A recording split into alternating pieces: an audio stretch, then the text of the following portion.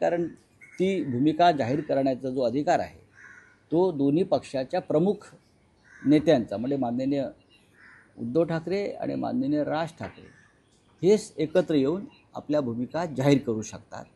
मी तुम्हाला फक्त त्यातला संदर्भ देऊ शकतो.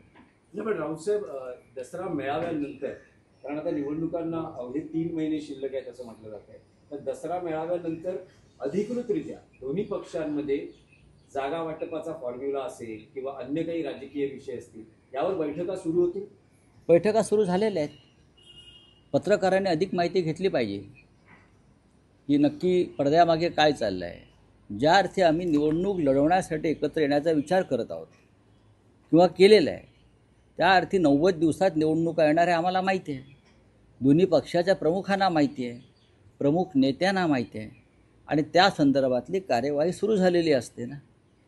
राऊतसाहेब, जसा शिवसेनेचा दसरा मेळावा आहे तसाच तुमचे राजकीय प्रतिस्पर्धी शिंदे शिवसेना यांचाही दसरा मेळावा आज नेस्को ग्राउंडवर पार पडतो आहे. त्यांचं म्हणणं आहे की आम्ही टीका, चिखलफेक यावर जाणार नाही, तर आम्ही कार्यकर्त्यांना, समाजाला जो बाळासाहेबांचा विचारांचा वारसा आहे बघा, तो आम्ही देऊ. अमित शहाचा पक्ष जो आहे ही अमित शहाची बेनामी कंपनी. तुम्ही जो काय शिंदे सेना वगैरे म्हणताय, हा अमित शहाने स्थापन केलेला पक्ष कार्यकर्त्यांना काय मार्गदर्शन करणार? लूटमार करा, भ्रष्टाचार करा, पैसे गोळा करा, महाराष्ट्राची लूट करा, मुंबई तोडून टाका महाराष्ट्रापासून, हा अमित शहांचा विचार आहे. पाकिस्तानबरोबर क्रिकेट खेळा, या अमित शहांच्या भूमिका आहेत. आणि शिंदे सेना जी काय तुम्ही म्हणताय तो अमित शहांची बेनामी कंपनी आहे. अमित शहाची ती एक सिस्टर कन्सर्न आहे. त्यांनी स्थापन केलेला पक्ष आहे. त्यांनी काय करायचं हा त्यांचा प्रश्न आहे.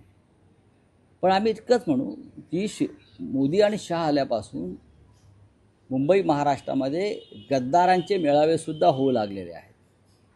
आता गद्दार बोलल्याबद्दल जर कोणाला वाईट वाटत असेल, टोचत असेल, तर त्यांनी सांगायला पाहिजे, स्पष्ट केलं पाहिजे की आम्ही गद्दार नाही आहोत, आम्ही गद्दार कसे नाही आहोत. ज्याने बाळासाहेब ठाकरेंची शिवसेना चोरली अमित शहांच्या मदतीनं, अलिबाबा चालीत चोर, अलिबाबा तिथे असतात गुजरातला. त्यानंतर चिन्ह चोरलं बाळासाहेबांचं, देव्हाऱ्यातला धनुष्यबाण चोरला, देव्हाऱ्यात दरोडा टाकला, आणि हे दसऱ्याला मेळावा घेत आहेत.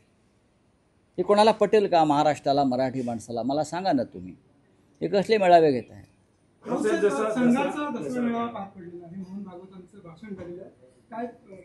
बघा, संघाचा दसरा मेळावा नागपूरला होतो आणि तो एक परंपरा आहे.